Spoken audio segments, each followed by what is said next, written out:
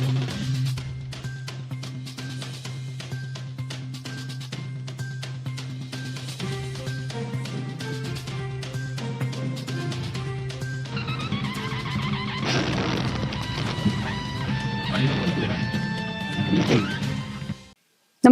आपण पाहता हिरकणी न्यूज.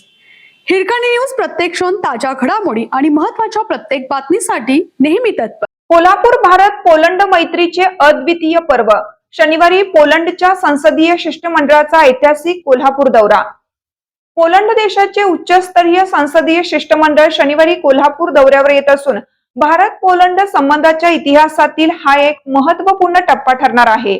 दुसऱ्या महायुद्धाच्या काळात जर्मनी व सोव्हिएत युनियनने पोलंड देशावर आक्रमण केल्यानंतर लाखो पोलिश नागरिकांना निर्वासित व्हावे लागले होते.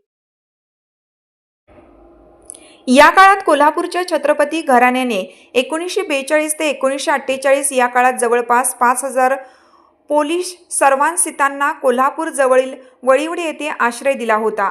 छत्रपती घराण्याच्या आश्रयाखाली आणि कोल्हापूरकरांच्या आत्मीय सहकार्यामुळे या निर्वासितांनी सन्मानाने नवजीवन उभारले. वळिवडे येथे शाळा, चर्च, सांस्कृतिक केंद्रे, क्रीडांगणे आणि सामाजिक संस्था उभ्या राहिल्या. पोलिश संस्कृती जपत भारताशी निर्माण झालेली मैत्री पुढील पिढ्यांपर्यंत कायम राहिली. युरोपमध्ये परतल्यानंतरही अनेक पोलिश नागरिकांनी कोल्हापूरला आपले दुसरे घर मानले. या ऐतिहासिक वारशांच्या स्मरणार्थ 1998 मध्ये वस्तीच्या सुवर्ण महोत्सवानिमित्त आणि 2019 साली संभाजीराजे छत्रपती यांच्या वतीनं 71व्या वर्धापन दिनानिमित्त विशेष कार्यक्रमाचं आयोजन करण्यात आलं होतं.